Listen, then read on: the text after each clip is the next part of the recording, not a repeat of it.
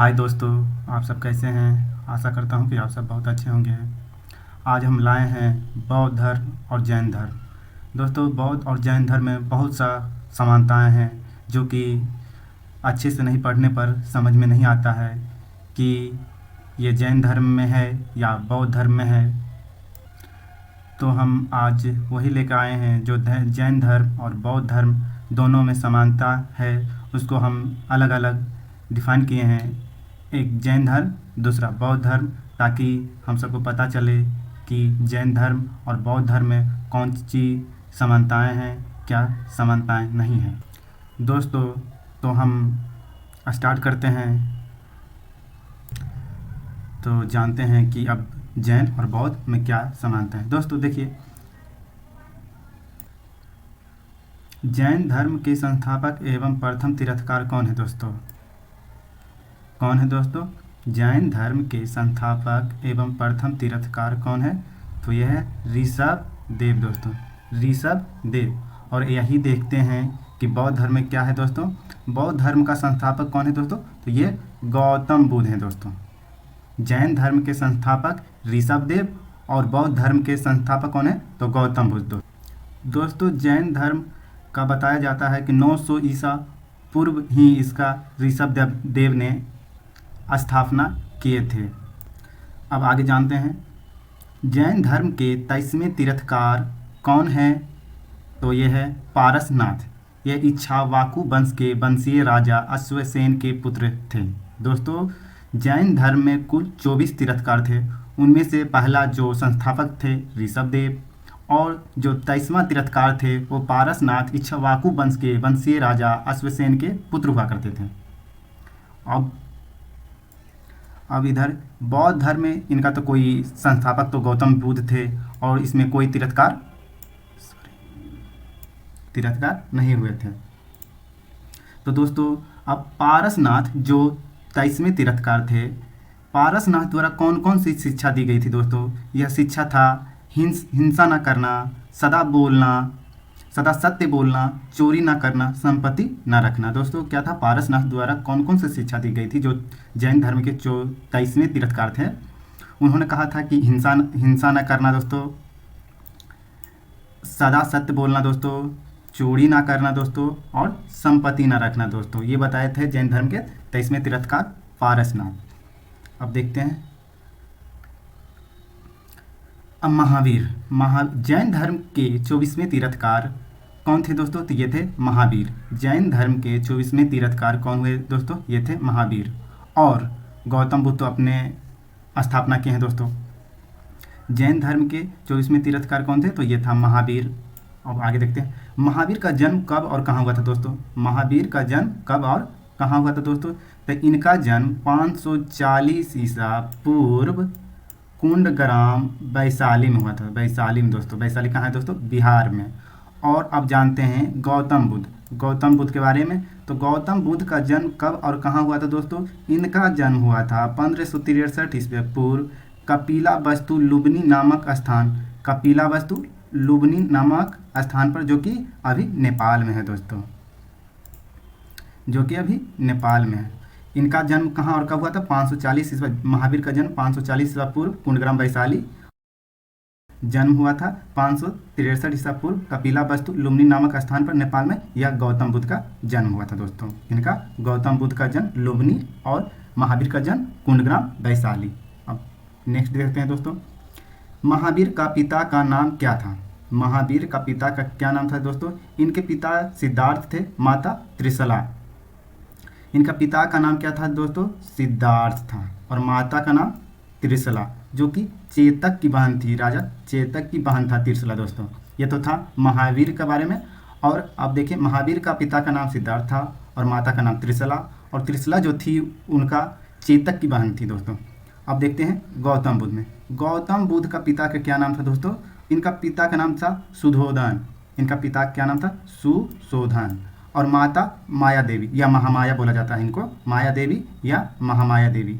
इनकी मृत्यु 6 दिन के जन्म के बाद दोस्तों, गौतम बुद्ध का जन्म के 6 दिन के पश्चात ही इनकी माँ की निधन हो गया था दोस्तों। तो इनका पालन पोषण सौतेली माँ प्रजापति गौतमी, इनका पालन पोषण, गौतम बुद्ध का पालन पोषण इनका सौतेली माँ प्रजापति गौतमी ने की थी दोस्तों। आगे देखते हैं दोस्तों, सबसे ज़्यादा कन्फ्यूजन वाला क्वेश्चन है दोस्तों। सबसे ज़्यादा कन्फ्यूजन इसी में होता है सभी लोगों का कि गौतम बुद्ध और महावीर में क्या अंतर है, उनका पत्नी का नाम, उनका पति का नाम, माता का नाम, बेटी का नाम, इनमें बहुत ही समानता है दोस्तों। देखिए, उनका पत्नी का नाम अशोधा है, ये महावीर के पत्नी का नाम अशोधा है दोस्तों, और गौतम बुद्ध का पत्नी का नाम अशोधरा है दोस्तों। इनमें बहुत सा कन्फ्यूजन होता है दोस्तों, इनमें बहुत सा कन्फ्यूजन होता है कि इनका पत्नी का नाम अशोधा और महावीर का पत्नी का नाम अशोधा और गौतम बुद्ध का पत्नी का नाम अशोधरा था दोस्तों। इनका पत्नी का नाम अशोधरा। और देखिए, इनका पुत्री का नाम, जो महावीर जी का पुत्री का नाम अनुजे प्रियदर्शी था। इनका महावीर का पत्नी का नाम, पुत्री का नाम अनुजे प्रियदर्शी था महावीर का। और गौतम बुद्ध का पुत्र का नाम था राहुल। गौतम बुद्ध का पुत्र का नाम था राहुल दोस्तों, और पुत्री का नाम था, महावीर जी का पुत्री का नाम था प्रियदर्शी। और दोस्तों, सबसे ज़्यादा क्या होता है इन सभी में कन्फ्यूजन, देखिए, महावीर जी का बचपन का नाम वर्धमान था। महावीर जी का बचपन का नाम वर्धमान था, और गौतम बुद्ध का बचपन का नाम क्या था दोस्तों, तो सिद्धार्थ था। गौतम बुद्ध का बचपन का नाम सिद्धार्थ था, और महावीर जी का बचपन का नाम वर्धमान था। और इनका महावीर जी का पिता का नाम सिद्धार्थ है दोस्तों। महावीर जी के पिता का नाम सिद्धार्थ है, और यहाँ पर भगवान गौतम बुद्ध का नाम बचपन का नाम सिद्धार्थ है। इनमें बहुत कन्फ्यूजन रहता है दोस्तों, इनमें बहुत ज़्यादा कन्फ्यूजन रहता है कि इनका पिता का नाम सिद्धार्थ था, महावीर जी का पिता का नाम सिद्धार्थ, और गौतम बुद्ध का बचपन का नाम सिद्धार्थ है दोस्तों। ये बात को बहुत ध्यान से पढ़ना है दोस्तों, जो कि बचपन का नाम वर्धमान और पिता का नाम सिद्धार्थ महावीर जी का, इनका बचपन का नाम सिद्धार्थ था। इनका पिताजी का नाम था दोस्तों, इनका पिताजी का नाम था सुशोधन। गौतम बुद्ध का पिता का नाम सुशोधन और इनका पिता का नाम था सिद्धार्थ दोस्तों। नेक्स्ट देखते हैं दोस्तों क्या है। महावीर 30 वर्षों में घर त्यागा था दोस्तों। महावीर 30 वर्षों में घर त्यागा था, और गौतम बुद्ध 29 वर्षों में घर त्यागा था दोस्तों। आगे दोस्तों, गौतम बुद्ध ने कपिला वस्तु के सैर पर निकला था दोस्तों। कपिला वस्तु के सैर पर निकला था तो देखा, बूढ़ा व्यक्ति देखा। ये बहुत क्वेश्चन पूछा जाता है दोस्तों कि गौतम बुद्ध जब सिद्धार्थ थे तो अपना घर से बाहर निकले थे तो क्या क्या देखे थे, तो उनका परिवर्तन हुआ था दोस्तों। तो क्या देखे थे, बूढ़ा व्यक्ति को देखे, एक बीमार व्यक्ति को देखे दोस्तों, और साव के देखे दोस्तों, और एक सन्यासी को देखे दोस्तों। इनसे बहुत ही उनको सोचने पर बहुत मजबूर कर दिया दोस्तों कि ये सब कैसे हो रहा है। नेक्स्ट, महावीर के देखिए, महावीर ने भाई नंदीवर्धन से अनुमति लेकर सन्यासी जीवन को स्वीकार किया था। महावीर ने भाई नंदीवर्धन से अनुमति लेकर सन्यासी जीवन को स्वीकार किया था दोस्तों। और गौतम बुद्ध जिस समय पत्नी सो रही थी, बेटे सो रहे थे, उसी समय आधी रात को निकले थे गौतम बुद्ध कब निकले थे, जिस समय पत्नी और बेटे सो रहे थे उसी समय आधी रात को निकले थे ये गौतम बुद्ध।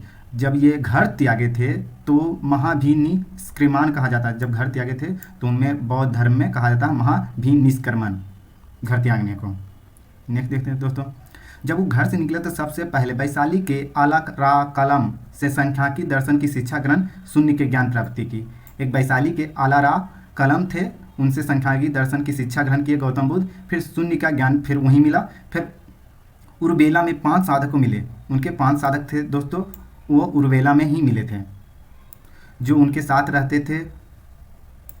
आगे देखिए दोस्तों क्या है, महावीर 12 वर्षों की कठिन तपस्या करने पर उनको ज्ञान की प्राप्ति हुआ था। महावीर को 12 वर्षों की कठिन तपस्या पर ज्ञान की प्राप्ति हुआ था। वही दोस्तों इधर देखिए कि गौतम बुद्ध को 6 वर्ष की कठिन तपस्या के बिना अल जल ग्रहण किए थे। 6 वर्ष की तपस्या जो किए थे बिना अल जल ग्रहण किए थे दोस्तों, गौतम बुद्ध ने बिना अल जल ग्रहण किए। नेक्स्ट क्या है दोस्तों, साल वृक्ष के नीचे त्रिजुपालिका नदी के किनारे ज्ञान की प्राप्ति हुई थी। साल वृक्ष के नीचे त्रिजुपालिका नदी के किनारे ज्ञान की प्राप्ति हुआ था दोस्तों, यह है महावीर। और गौतम बुद्ध का वैशाख पूर्णिमा के रात निरंजना फल्गु नदी पीपल वृक्ष बोध गया में के नीचे सिद्धार्थ को ज्ञान की प्राप्ति थी। पहले तो सिद्धार्थ थे, जब ज्ञान की प्राप्ति हुआ उनके बाद उनको बौद्ध कहने लगा दोस्तों। इनमें सबसे ज़्यादा कन्फ्यूजन होता है कि दोनों ने ही कोई वृक्ष के नीचे, कोई नदी के नीचे ही ज्ञान की प्राप्ति हुई दोस्तों, तो दोनों में थोड़ा सा कन्फ्यूजन रहता है। महावीर साल वृक्ष के नीचे और ये गौतम बुद्ध पीपल, गौतम बुद्ध दोस्तों पीपल के वृक्ष के नीचे प्राप्त हुए। और कौन सा नदी था?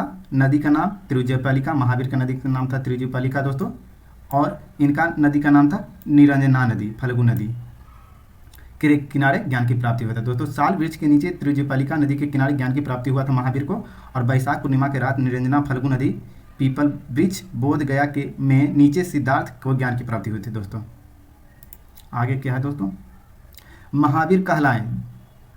जब ज्ञान के प्राप्ति हुई तो महावीर को क्या क्या नाम से जाना जाता था? जीन यानी कि विजेता, आढ़त मतलब पूज्य, और निर्ग्रंथ मतलब बंद नाही, ये तीनों से पुकारे जाते थे महावीर को जब ज्ञान की प्राप्ति हुई। तब जीन मतलब विजेता होता है दोस्तों, आढ़त मतलब पूज्य होता है दोस्तों, निरार्थ मतलब बंधहाई होता है। यहाँ पे सिद्धार्थ कहलाए बौद्ध। जब ज्ञान की प्राप्ति हो गया तब जाके इनको बौद्ध कहने लगे दोस्तों, इनको बौद्ध कहने लगे। आगे क्या है दोस्तों? उपदेशक प्रतिक्रिया भाषा। ये महावीर की भाषा कौन था दोस्तों? अर्ध मगही, जो कि अभी भी बिहार में बोला जाता है दोस्तों, अर्ध मगही। और गौतम बुद्ध का प्रथम उपदेश सारनाथ में दिए थे दोस्तों, धर्म चक्र परिवर्तन कहा जाता है। पहला उपदेश जहाँ दिए थे वहाँ धर्म चक्र परिवर्तन कहा जाता है दोस्तों। यह इनकी भाषा पाली थी दोस्तों, यह अर्धमगही थी और यह पाली थी, यानी कि महावीर अर्धमगही और गौतम बुद्ध पाली भाषा में दिए थे दोस्तों। सर्वाधिक उपदेश सरस्वती में दिए दोस्तों, थोड़ा सा मिस्टेक हुआ दोस्तों, इसमें होगा श्रावस्ती। सर्वाधिक उपदेश श्रावस्ती में दिए हैं दोस्तों भगवान बुद्ध ने, गौतम बुद्ध। आगे देखते हैं। महावीर के अनुयायी को कहा जाता है निग्रंथ, महावीर के अनुयायी को निग्रंथ कहा जाता है, और गौतम बुद्ध को उपासक कहते हैं। ये ध्यान से दीजिए, महावीर के अनुयायी को कहा जाता था निग्रंथ, और इनके गौतम बुद्ध के उपासक को कहा जाता है उपासक कहा जाता है दोस्तों, अनुयायी को उपासक। आगे देखते हैं। महावीर के प्रथम अनुयायी उनके दामाद थे, जामिल बने थे। महावीर के प्रथम अनुयायी उनके दामाद थे दोस्तों, जामिल बने थे। और इधर देखिए गौतम बुद्ध में अनुयायी शासक हुआ करते थे दोस्तों, बिंबासार हुआ करते थे, प्रेमसेजीत हुआ करते थे, उदायन हुआ करते थे दोस्तों। ये गौतम बुद्ध का, महावीर के प्रथम अनुयायी थे, उनके दामाद थे, जामिल बने थे दोस्तों। और अनुयायी शासक गौतम बुद्ध में बिंबासार, प्रेमसेजीत, उदायन हुआ करते थे दोस्तों।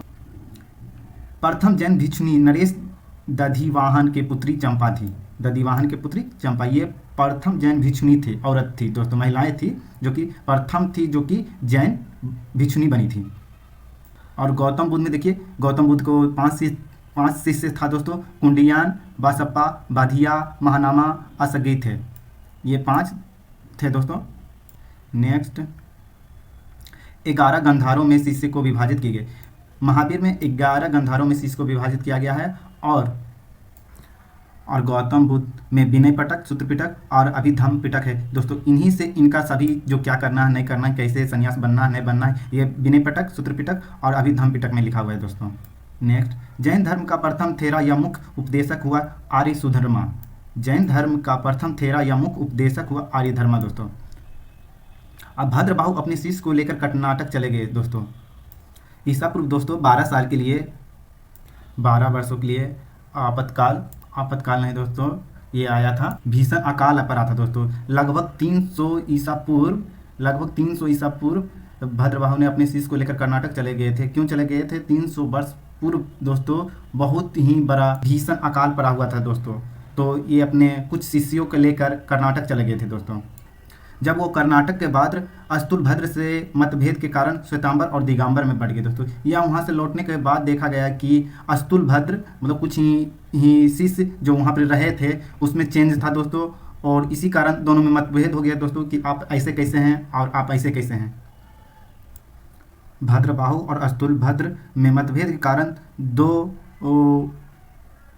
दो भाग में बट गए दोस्तों, एक श्वेतांबर और दूसरा दिगंबर में बट गए। इधर दोस्तों गौतम बुद्ध में एक भिक्षुक एक उप भिक्षुक बोला जाता है दोस्तों, एक भिक्षुक एक उप भिक्षुक।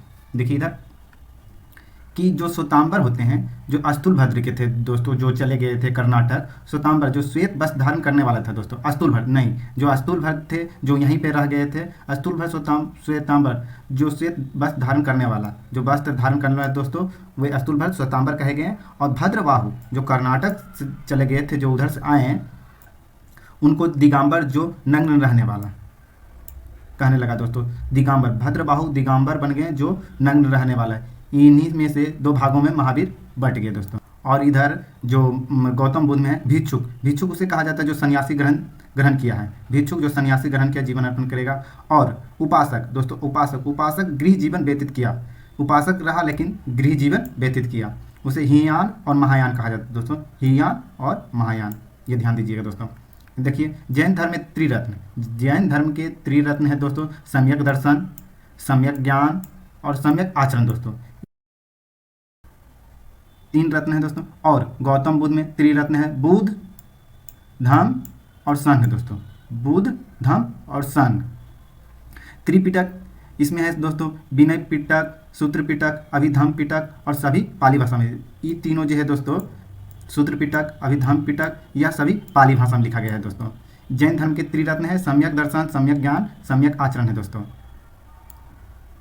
आगे नेक्स्ट 5 महाव्रत, महावीर में है 5 महाव्रत में दोस्तों अहिंसा न करना, सत्य बोलना, असत्य, अपरिग्राही, ब्रह्मचारी रहना, चोरी न करना, यहाँ होगा चोरी नहीं करना, अच्छा नहीं दोस्तों, चारों अब शिक्षा, अन्न, चिकित्सा, आवास लोकप्रिय रहा दोस्तों। इनके महावीर के आगे बढ़ने का शिक्षा, अन्न, चिकित्सा, आवास, इन पर बहुत जोर दिया गया था दोस्तों, इसलिए ये लोकप्रिय रहा था। और महावीर में देखते हैं संस्कारी दुख से मुक्ति, सम्यक दृष्टि, सम्यक संकल्प और सम्यक वाणी, सम्यक कर्मक, सम्यक आजीविका, सम्यक व्यायाम, सम्यक स्मृति, सम्यक समाधि, ये सब इन गौतम बुद्ध में था दोस्तों। संस्कारी दुख से मुक्ति जो कि इनमें था, जो संस्कारी दुख से मुक्ति होता है वह सम्यक दृष्टि, सम्यक संकल्प, सम्यक वाणी, सम्यक कर्मंत, सम्यक आजीवा, सम्यक व्यायाम, सम्यक स्मृति, सम्यक समाधि, तब जाके इनको गौतम बुद्ध में शामिल होना पड़ता है दोस्तों। और 10 शीलों हैं दोस्तों, अहिंसा न करना, सत्य बोलना, असत्य चोरी ना करना, अप्रग्राही मतलब कि किसी प्रकार का संपत्ति न रखना, मद सेवन न करना, शराब ना पीना, असमान भोजन न करना, टाइम से भोजन करना, खुद पर बिस्तर पर ना सोना, मतलब बहुत बढ़िया बिस्तर पर ना सोना, धन संचय करना नहीं, धन नहीं रखना, स्त्रियों से दूर रहना और नेत्र गानों से दूर रहना, इन गौतम बुद्ध के इन 10 शीलों में है कि आप ये सब नहीं कर सकते हैं दोस्तों। आगे नेक्स्ट क्या है दोस्तों, देखते हैं।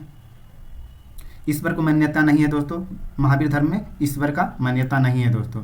महावीर आत्मा को मानता है दोस्तों, महावीर आत्मा को मानता है, ईश्वर को नहीं मानता है। और यही बात हो जाता है महावीर में, गौतम बुद्ध में। अनिष्वादी है दोस्तों, ये अनिष्वादी है, आत्मा की परिकल्पना भी नहीं करता। ये आत्मा क्या है न है ये परिकल्पना नहीं करता, पुनर्जन्म को मान्यता देता है दोस्तों कि हाँ जन्म होता है, लेकिन आत्मा को नहीं मानता है दोस्तों। इधर है महावीर, आध्यात्मिक विचार सांख्यिकी दर्शन से ग्रहण किया गया है दोस्तों। इनका आत्मिक विचार जो है सांख्यिकी दर्शन से लिया गया है दोस्तों। और महावीर में गौतम बुद्ध में रुद्र कर्मापुत्ता से शिक्षा ग्रहण, इनसे योग की ज्ञान प्राप्ति किया था दोस्तों। गौतम बुद्ध ने रुद्र कर्मापुत्ता से शिक्षा ग्रहण किया और इनसे योग का ज्ञान प्राप्त किया था दोस्तों गौतम बुद्ध ने, रुद्र कर्मापुत्ता से।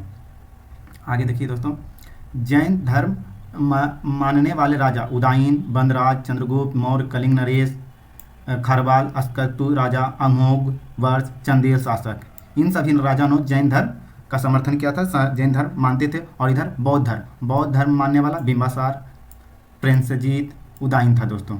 इन तीनों ने बौद्ध धर्म माना। और इधर उदायन, बंदराज, चंद्रगुप्त मौर्य, कलिंग नरेश, खरवाल, अस्करकुत राजा, अमोघ वर्ष, चंदेल शासक, इन सभी ने जैन धर्म माना दोस्तों। आगे देखिए, मैसूर के गंगा वंश के मंत्री चामुंडा द्वारा 18 मीटर ऊंची गोमतेश्वर की मूर्ति 10वीं सदी में निर्माण करवाया दोस्तों। ये भगवान महावीर के बारे में दोस्तों, महावीर के 10वीं सदी में निर्माण करवाया था। कौन करवाया था? मंत्री चामुंडा द्वारा 18 मीटर ऊंची गोमतेश्वर की मूर्ति। प्रतिमा को क्या कहा जाता है? कायोत्सर्ग मुद्रा। कायोत्सर्ग मुद्रा है दोस्तों, इसमें सांप लपेटे हुए हैं और चींटी का घोरंदा आगे बना हुआ है दोस्तों इस मूर्ति में। इधर देखिए दोस्तों, गौतम बुद्ध में प्रथम संभवतः मथुरा कला के अंतर्गत बनी इसकी मूर्ति है दोस्तों। यह 123 फीट का है, हिमाचल। आगे दोस्तों, खजुराहो के जैन मंदिर चंदेल शासक द्वारा बनवाया गया था। खजुराहो के जैन मंदिर चंदेल शासक द्वारा बनवाया गया था दोस्तों। मथुरा जैन धर्म का प्रसिद्ध केंद्र था। मथुरा जो था जैन धर्म के लिए बहुत प्रसिद्ध केंद्र था दोस्तों। और महावीर के बारे में है, कौशल देश की राजधानी श्रावस्ती में सबसे ज़्यादा उपदेश दिए थे। गौतम बुद्ध ने कौशल देश की राजधानी श्रावस्ती में सबसे ज़्यादा उपदेश दिए थे दोस्तों। आगे क्या है दोस्तों, जीवन भद्र बाहु द्वारा रचित कल्पसूत्र में है दोस्तों। जीवन भद्र बाहु द्वारा रचित कल्पसूत्र में है दोस्तों। और इधर महावीर, इधर गौतम बुद्ध पाली त्रिपिटक से लिखा गया है दोस्तों। गौतम बुद्ध की जीवनी पाली त्रिपिटक में लिखा गया, और ये महावीर का जीवनी जीवन भद्र बाहु द्वारा रचित कल्प सूत्र में लिखा गया दोस्तों महावीर का जीवन। महावीर की उम्र 72 वर्ष में 468 ईसा पूर्व में बिहार में राजगीर पावापुरी में इनका निधन हुआ दोस्तों। पावापुरी में इनका निधन हुआ 72 वर्ष के उम्र में 468 में महावीर का। और इधर गौतम बुद्ध का मृत्यु हुआ 80 वर्ष, इधर है 72 वर्ष, महावीर 72 वर्ष, गौतम बुद्ध 80 वर्ष। और इधर है 483 ईसा, गौतम बुद्ध 483 ईसा और महावीर 468 ईसा पूर्व। यह है कुशीनगर देवरिया उत्तर प्रदेश दोस्तों। कुशीनगर देवरिया उत्तर प्रदेश में गौतम बुद्ध का मृत्यु हुआ था दोस्तों।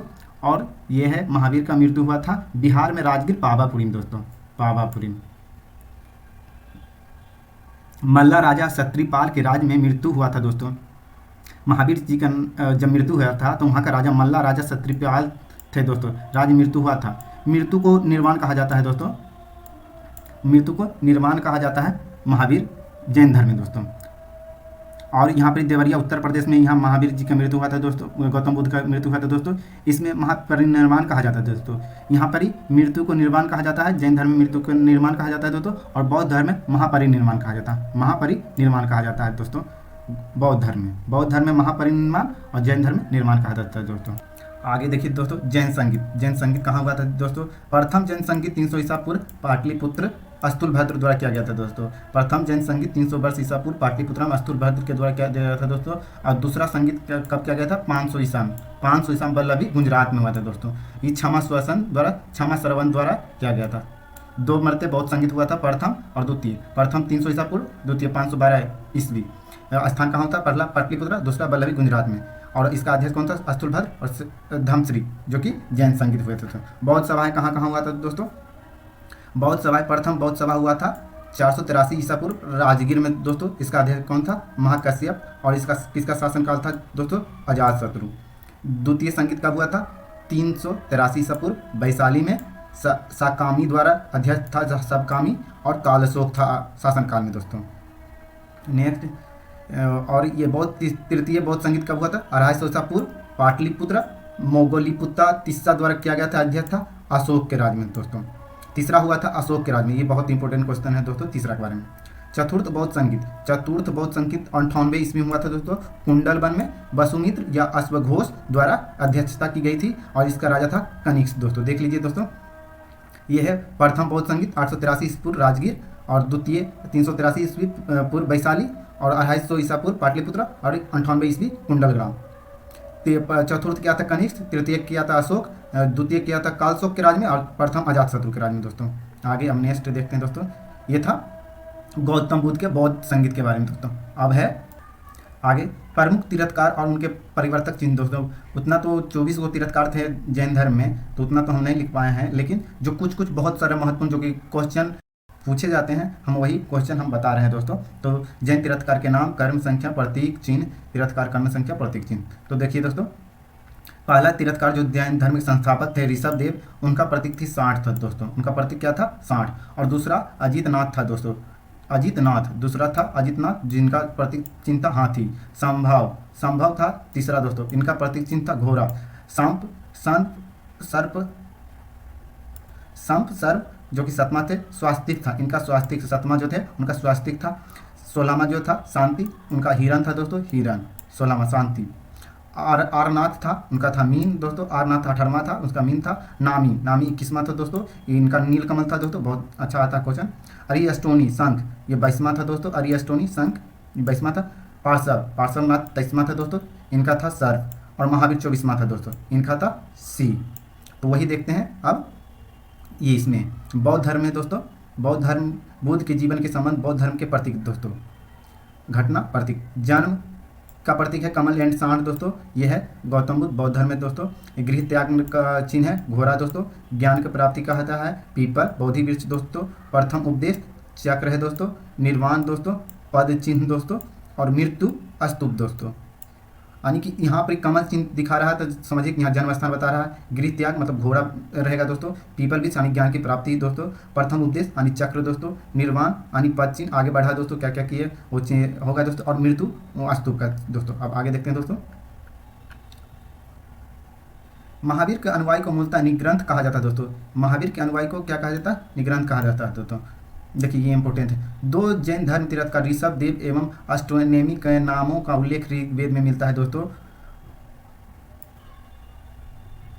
अष्टनेमी की भगवान कृष्ण के निकट संबंधित माना जाता है दोस्तों। ये अष्टनेमी है, अष्टनेमी जो है देखिए यहाँ पे अष्टनेमी जो कि 22वां तीर्थकार थे जिनका शंख छाप था दोस्तों, वो कृष्ण भगवान के संबंधित माने जाते हैं दोस्तों। निर्वाण मतलब मृत्यु होता है जैन धर्म में दोस्तों। अब आते हैं ये देखिए दोस्तों पाली त्रिपिटक। पाली त्रिपिटक को पहली शताब्दी ईसा पूर्व में श्रीलंका के शासक बतगामिनी की देख रेख में पहली बार लिपिबंद किया गया था दोस्तों। ये जो बौद्ध धर्म में है, पालिका त्रिपिटक को पहली बार शताब्दी ईसा पूर्व में श्रीलंका के शासक बतगामिनी की देख रेख में पहली बार लिपिबद्ध किया गया था दोस्तों। आगे देखते हैं दोस्तों निर्वाण। निर्वाण मतलब होता है दोस्तों बौद्ध धर्म में कि निर्वाण जीवन से सब कुछ त्याग देना, तृष्णा को क्षीण हो जाने की अवस्था को कहता है निर्वाण दोस्तों। विश्व दुख से भरा है दोस्तों, इस उपनिषद से लिया गया है दोस्तों। विश्व दुख से भरा है ये जो बौद्ध धर्म है वो उपनिषद से लिया गया है दोस्तों। संन्यास ग्रहण जीवन को भिक्षु कहते हैं दोस्तों। संन्यास ग्रहण जीवन को भिक्षु कहते हैं दोस्तों बौद्ध धर्म में। और अरहत साधना के निर्माण की प्राप्ति। अरहत मतलब अरहत है तो देखिए दोस्तों अरहत मतलब साधना से निर्वाण का प्राप्ति। अरहत मतलब साधना से निर्वाण की प्राप्ति बौद्ध धर्म में दोस्तों। जुलूस सर्वप्रथम निकाला गया था बौद्ध धर्म में दोस्तों। जुलूस सबसे पहले निकाला गया था बौद्ध धर्म में दोस्तों। दीपक का बुझना, जीवन मरण से मुक्ति। इसमें है एक है कि दीपक का बुझना का अर्थ क्या है दोस्तों कि जीवन मरण से मुक्ति। ये बौद्ध धर्म है दोस्तों, ये बहुत इंपॉर्टेंट क्वेश्चन है।